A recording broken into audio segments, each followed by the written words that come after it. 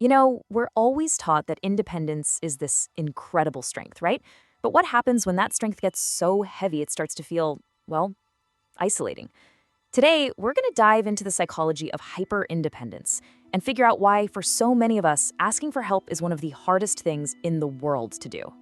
So, tell me if this sounds familiar. You are completely drowning in work, your to-do list is a monster, and you're basically running on coffee and fumes.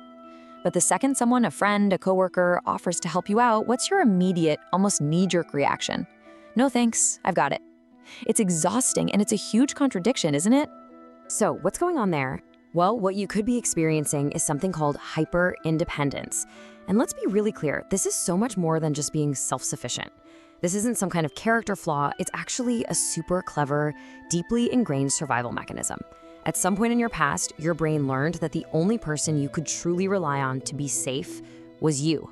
So let's really dig into this whole "I've got it" paradox.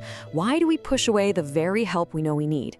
It's this wild internal battle, right? On one side, you have total exhaustion, and on the other, this incredibly powerful, almost compulsive need to stay in control. Look, being independent is great. We all strive for that. But hyper-independence, that's a whole different ballgame. It comes with this intense, almost physical discomfort at the very idea of leaning on someone else. When you're in that state, asking for help can feel like you're about to fall off a cliff because it triggers this deep fear of losing control. Let me paint you a picture. Think of a guy named James. He's the go-to person at work, the one who always has it together. Well, James is trying to move apartments right when a massive project is due, and he is clearly, visibly struggling. His brother offers to help him pack, and James's instant response is, "Nope, I'm good." Why? Because in his head, accepting that help doesn't feel like relief. It feels like admitting failure. It feels like a crack in that strong, perfect image he's built his entire identity around. Okay, so how does this internal battle actually show up in our everyday lives? Let's talk about the common signs. And I want you to think of these less as behaviors and more like pieces of protective armor someone wears to feel safe in the world. Do any of these hit a little too close to home? Constantly taking on more and more until you're completely burnt out, finding it almost impossible to delegate. Not because you're a control freak, but because you have this deep-seated belief that no one else will do it right. This often stems from a deep mistrust, a fear of being let down. And over time, all that guardedness makes it incredibly difficult to build real, deep connections. The real kicker? You might even start to resent it when other people ask you for help because the very idea of neediness feels threatening. And this really gets to the heart of it all. This isn't about being antisocial or cold. It's a shield. Every single "I've got it" is just another layer of armor you're putting on to protect yourself from the potential pain of being judged or disappointed or rejected. It's a strategy your brain came up with that says, hey, if I never rely on anyone, then no one can ever let me down. Which brings us to the million-dollar question. Why? Why on earth would our brains learn to see something as good as help as a dangerous threat? Well, the roots of this go way deeper than just being stubborn or proud. For so many people, this whole pattern started back in childhood. Imagine being a kid whose caregivers were inconsistent, or maybe even absent. You learn a really tough lesson, and you learn it fast. If I want to get my needs met, if I want to feel safe, I have to do it all by myself. That's not a conscious choice. It's a fundamental lesson in survival.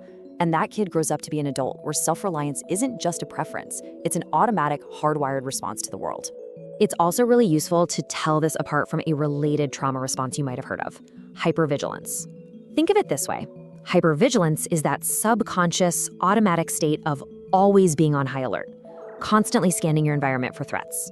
Hyperindependence, on the other hand, is more of a conscious, intentional choice not to ask for help. It's an active strategy to keep control.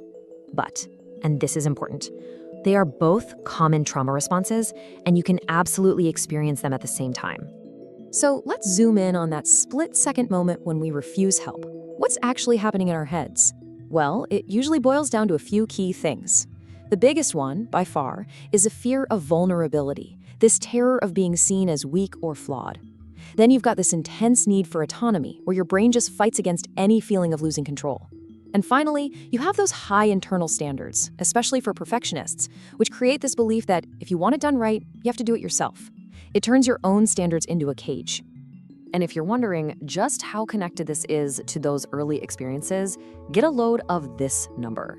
research shows that about 44% of mental health disorders that start in childhood are linked to developmental trauma. So this isn't just some vague theory. It's a stark reminder of how profoundly our early years can wire our brains for survival strategies like hyper-independence that stick with us for life. But here's the most important part of this whole conversation. That armor, that was once so protective, it also becomes incredibly isolating. The path forward isn't about becoming totally dependent on others. Not at all. The real goal is to move towards healthy interdependence. That sweet spot where you can be both self-reliant and deeply connected.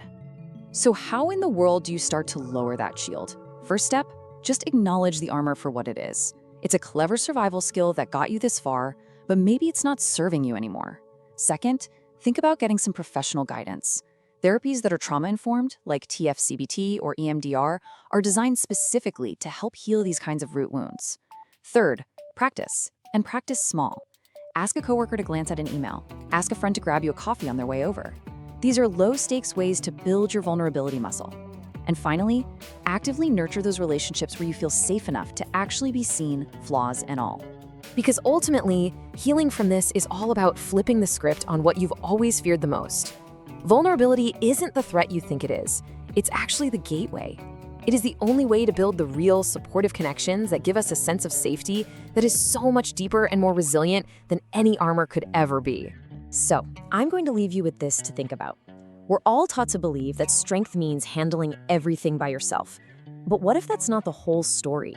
What if true strength isn't about the weight of the armor we can carry, but about having the incredible courage it takes to finally set it down and connect? If you want to dive deeper into the hidden psychology of why we do what we do, make sure to subscribe. Once you understand the why behind your behavior, you can finally start choosing how you want to live.